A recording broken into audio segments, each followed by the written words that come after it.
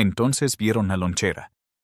La grabación de seguridad era granulada, en blanco y negro, y estaba congelada en la marca de tiempo 16:42. El jefe de policía, el detective Miller, apuntó con un bolígrafo a la pantalla. Ahí, dijo. Su vostra. Esa es la última vez que alguien los vio. En la masiva oficina de paredes de vidrio de Sterling Enterprises, el silencio era sofocante. Victoria Sterling, una mujer cuyo patrimonio neto rivalizaba con el PIB de pequeños países, estaba temblando. Miraba la pantalla. Sus manos aferendos al borde de su escritorio de caoba con tanta fuerza que sus unas bien cuidadas amenazaban con romperse. En la pantalla, las puertas del elevator estaban cerrando. Dentro estaban sus hijas gemelas de 8 años, Emma y Lily. No estaban peleando. No estaban llorando. Estaban de la mano con un hombre negro alto y de hombres anchos en un uniforme de mantenimiento azul deslavado. Sostenía un bol de trapiter en una mano y la pequeña mano de Emma en la otra. ¿Quién es él? Exigió el detective, volviéndose hacia el jefe de seguridad. Tenemos una alerta amber lista para activar. Pero necesito un nombre. ¿Es un secuestrador? Un empleado descontento. El jefe de seguridad tragó saliva, luciendo aterrorizado. Eso es solo el conserje, señor. Marcus Reed. Ha estado aquí 5 años. Él es Nadia. Nadia salió del edificio más seguro de la ciudad con 2 niños de alto perfil. Espito el detective. Marcos su radio. Emitan una alerta de búsqueda para un Marcus Reed. Hombre negro, principios de 40. Considerenlo armado y peligroso. Tenemos un secuestro en progreso. Victoria soltó un celoso, colapsando en su silla. El los levo su susurro. Realmente los levo. Pero las imágenes mention. O más bien, no conaban toda la verdad. Para entender por qué 2 heredaras multimillonarias irían voluntariamente con un conserje que apenas ganaba el salario mínimo. Tienes que retroceder 3 semanas. Tienes que entender la lonchera. La historia 3 semanas antes, for 30 a.m. La alarma sonó, en un apartamento pequeño de 2 habitaciones, en el lado sur de la ciudad. Marcus Reed apagó el botón antes de que pudiera despedir a su hijo. La habitación estaba fría. La calefacción era cara. Pero Marcus se movía con el ritmo ansiado de un hombre que vivía para alguien más. Duca. Afiatado. Uniforme. La tela azul estaba desgastada en los codos, pero la planchaba bien cada mañana. La dignidad no trataba de lo que poseías. Trataba de cómo lavabas lo que tenías. Entró en la pequeña cocina y sacó una lonchera de plástico del escurridor. Era barata, azul, con una calcamonía de dinosaurio despegándose de la tapa. Había dibujado ese dinosaurio hace 3 años con un marcador, tratando de hacer reír a su hijo. Su hijo, Ethan, no había reído en 3 años. No desde el accidente de coche que se llevó a su madre, Sarah. Marcus tomó una rebanada de pan. Le cortó las cortezas con precisión quirúrgica. Cortó una manzana en finas cones. Colocó galletas en una línea perfecta. Luego, se detuvo. Movió las rebanadas de manzana. Movió 2 uvas. Convirtió la comida en una cara sonriente. Desayunó, lamó suavemente. Ethan entró a la cocina arrastrando los pies. Tenanos, pero se veía más pequeño. Lavaba unos auriculares con cancelación de ruido alrededor del cuello. No miró a Marcus. Se sentó y comenzó a mecerse. Hacia adelante, hacia atrás. Hacia adelante, hacia atrás. El autobús liga en 20, pequeño. Dijo Marcus, dejando la comida. Ethan no habló. Rara vez hablaba. Los doctores lo llamaron una respuesta al trauma superpuesta sobre un autismo de alto funcionamiento. Marcus solo lo llamaba el muro. Tocó suavemente el hombro de su hijo. Ethan se estremeció, solo un milímetro, pero Marcus lo sintió. Lo rompía el corazón cada mañana. Marcus tomo sus slaves. Tenía un trabajo que hacer. Era el fantasma de Sterling Tower. El hombre que baraba las huellas de los ricos y poderosos. En Sterling Tower, la atmósfera era tóxica. Marcus estaba trapeando los pisos de mármol del ala ejecutiva del 15 degrees piso cuando comenzaron los gritos. Venían de la oficina de la esquina. Te pago para que les enseñes, no para que los psicoanálisis. La puerta se abrió de golpe. Una joven salió corriendo, aferrándose a su bolso, con lágrimas corriendo por su rostro. Ella era la duodécima tutora en renunciar este año. Dentro de la oficina, Victoria Sterling caminaba de un lado a otro como un tigre enjaulado. Junto a la ventana estaban las gemelas, Emma y Lily. Permanecían perfectamente quietas, con las manos entrelazadas detrás de sus espaldas. Parecían muñecas de porcelana, hermosas, caras y completamente huecas. Salgan, les sisió Victoria. Vayan a la sala de espera. No puedo verlas ahora mismo. Las chicas paran junto a Marcus. No lo miraron. No miraron nada. Caminaban con un tipo de intimiciamiento adorador que Marcus reconoció al instante. Lo ve cada mañana en su propia mesa de cocina. Siguió trapeando, manteniendo la cabeza baja. Invisible, susurró para sí mismo. Solo mantén el piso limpio. Pero más tarde la retina se rompió. Marcus estaba limpiando el armario de suministros en el piso 15. Una habitación sin ventanas llena de resmas de papel y cartuchos de toner. Escuchó un sonido.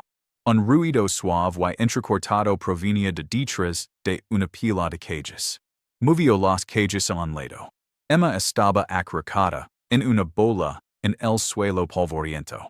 Se abrazaba las rodillas, con la cara enterrada en sus brazos.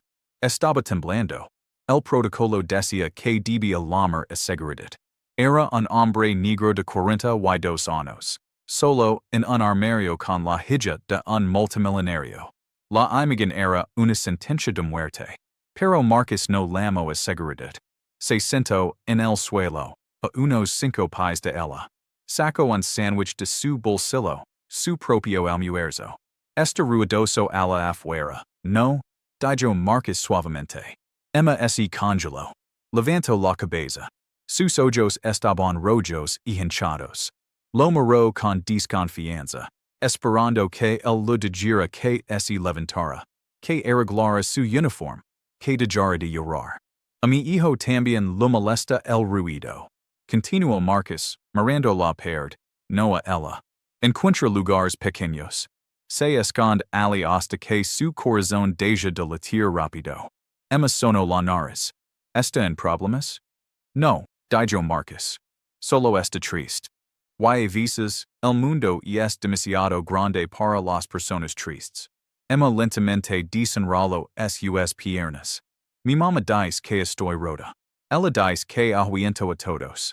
Los adultos son estúpidos, dijo Marcus. No estás rota.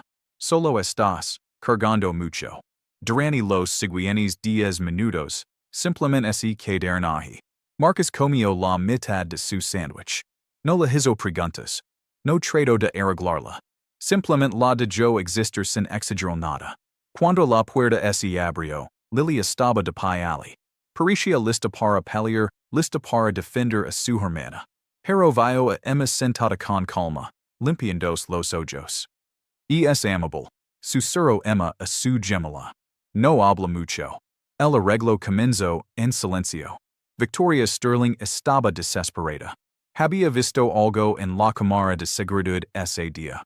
Vio a su hija salir del armario luciendo más tranquila de lo que había estado en 2 años.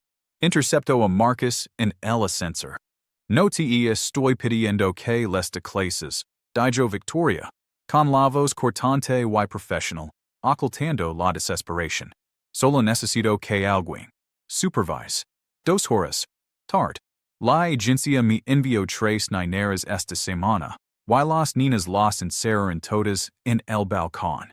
No puedo, dijo Marcus. Tengo a mi hijo. No puedo dejarlo solo. Trilo, Dijo Victoria. Así comienzo el extraño ritual. Todos los días a las 4 p.m., Marcus traía a Ethan a la oficina del penthouse. Ethan se sentaba en la esquina con sus legos, balanceándos, construyendo torres complejas. Marcus limpiaba cerca o se sentaba con las niñas. Al principio fue incómodo, pero los niños hablan un idioma que los adultos olvidan. Un día, Emma se sentó al lado de Ethan.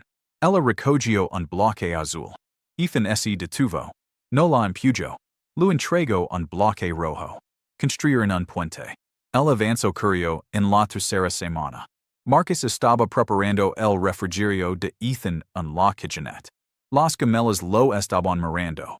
Cortó la manzana. Arregló las galetas. Hizo la cara. ¿Por qué haces eso? Preguntó Lily.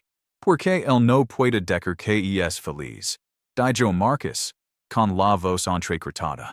Así que hago que la comida lo diga por él. Lily miró la carita sonriente. Miró a Marcus. Nuestro papá solía hacer pancakes en forma de Mickey Mouse. Antes de enfermarse. Era la primera vez que mencionaban a su padre. Marcus los miró, realmente los miró, y vio el gran vacío en sus vidas donde solía estar un padre. Bueno, dijo Marcus, levantando el cuchillo. No sé cómo hacer a Mickey Mouse. Pero puedo hacer una carita sonriente bastante buena. Hizo 2 platos más. Cuando Victoria entró una hora después, se detuvo en la puerta. Sus hijas, incontrolables, estaban sentadas en el suelo con el hijo autista del conserje, comiendo galetas y riendo. Por un momento, parecía que todo podría estar bien. Luego vino el golpe en la puerta. Eran las 11:30 p.m. Marcus estaba en su apartamento, doblando la ropa.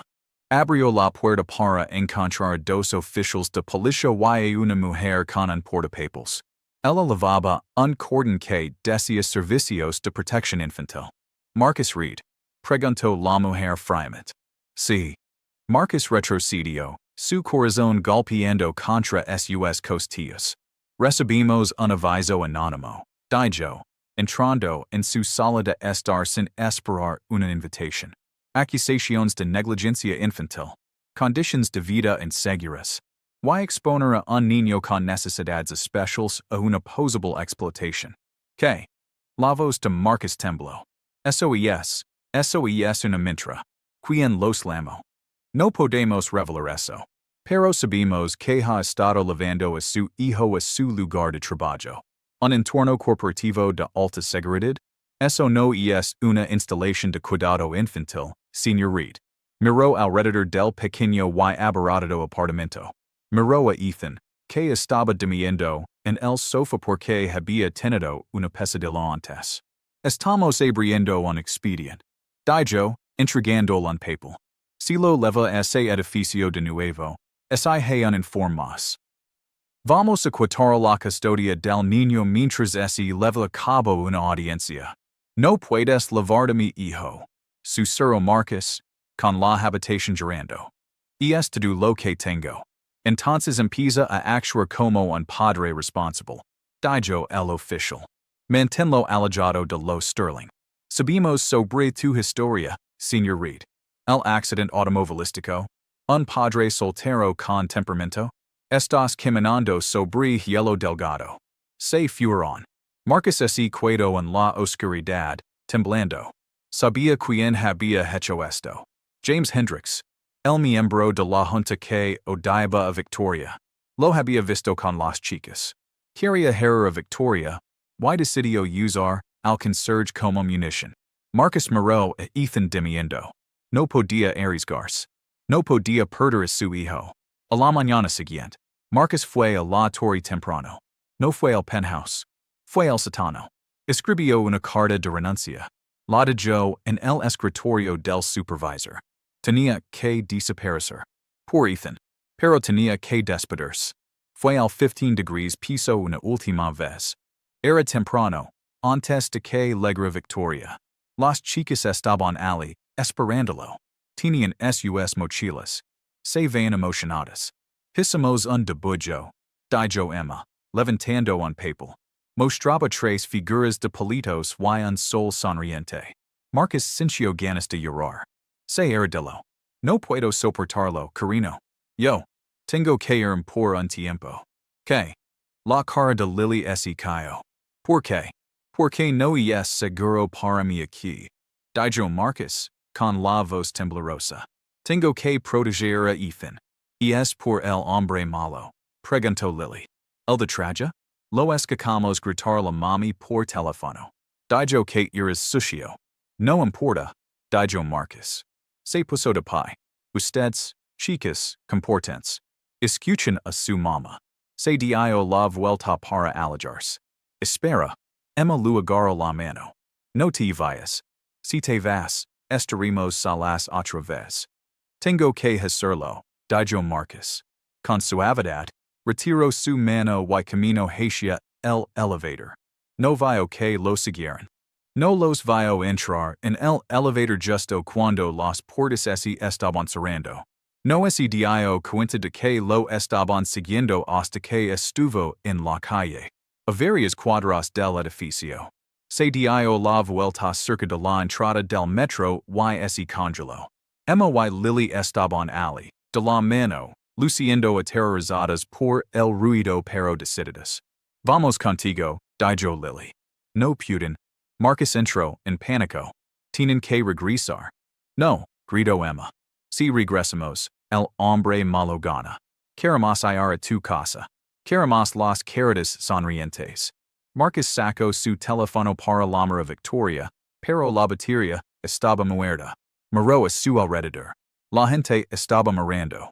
Un hombre negro discutiendo con dos chicas blancas llorando, en uniformes caros. Escuchó una sirena a lo lejos. El pánico se apoderó de él. Si la policía lo encontraba aquí, así, después de la visita de CPS, perdería a Ethan para siempre. Iría a la cárcel. Está bien. Dijo, pensando rápido. Necesitamos ir a un lugar seguro. Hay algún lugar donde podemos llamar a tu mamá. Agarró la mano de Emma para alejarla del borde de la calle. Ese fue el momento que captó la cámara de seguridad. Ese fue el momento en que el detective se congeló en la pantalla. Tenemos un ping en su teléfono celular. Gritó el oficial técnico en la oficina de Victoria. Se incendió por un segundo. Ledo sir. Un edificio de departamentos en la calle 4. Ese es su apartamento. Dijo el jefe de seguridad. Muvance. El detective cargó su arma. El SWAT está en camino. SRA Sterling, quidis aquí. Como es lo hiciera. Dijo Victoria, agarrando su abrigo. El convoy de patrullas gritó a través de la ciudad, las sirenas hablando. Se detuvieron de golpe frente al edificio de Marcus. Los oficiales invadieron las escaleras. Derribaron la puerta del apartamento 4B. Policía, al suelo, verían la habitación con linternas. La sala estaba vacía. La cocina estaba vacía. Pero la puerta del dormitorio estaba cerrada.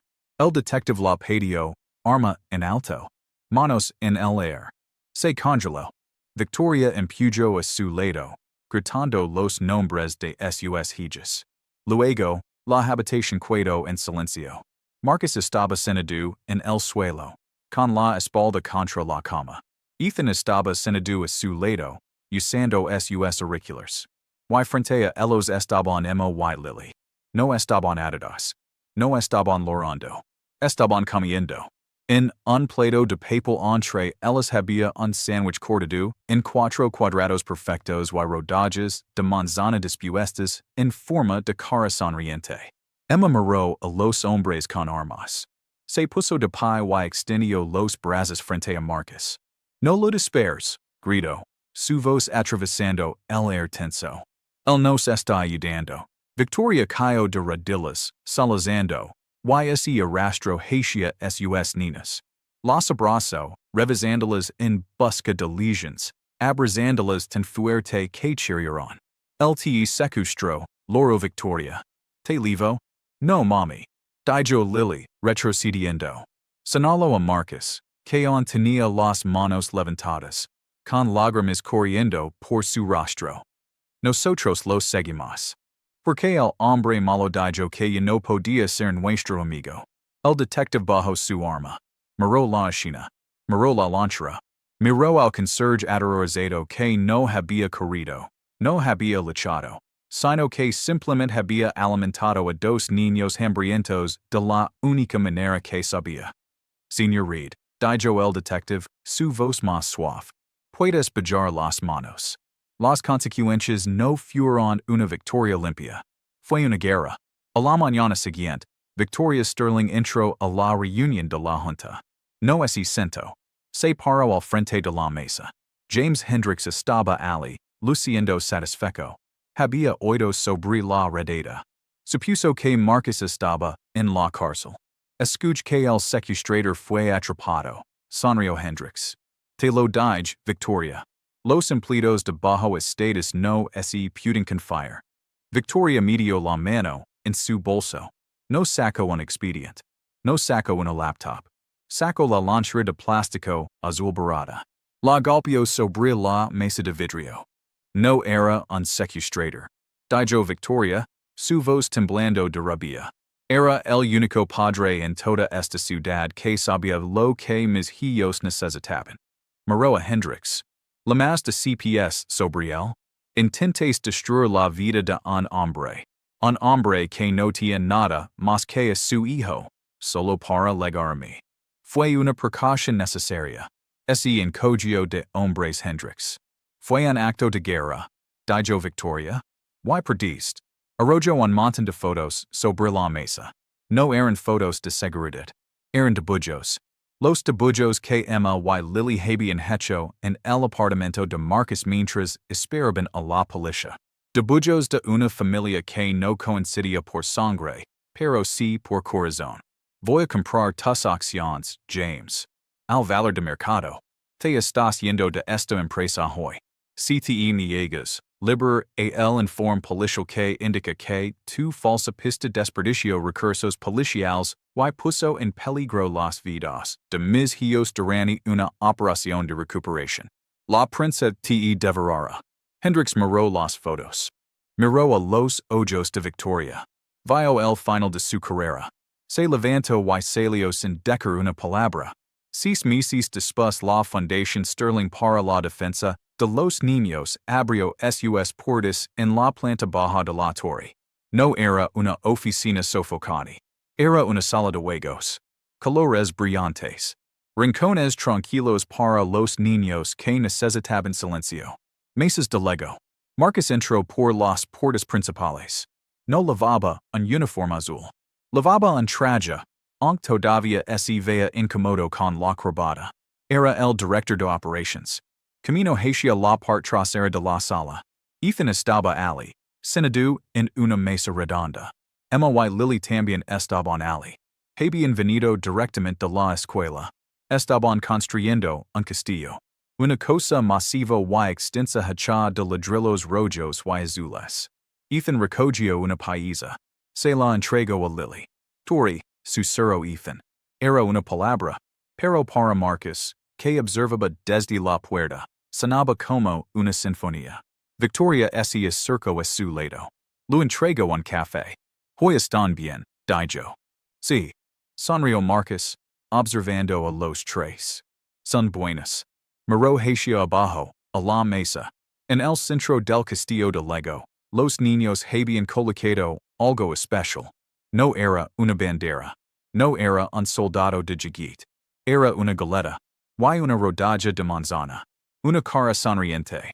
Marcus sintió el fantasma de su esposa en la habitación, cálido y suave.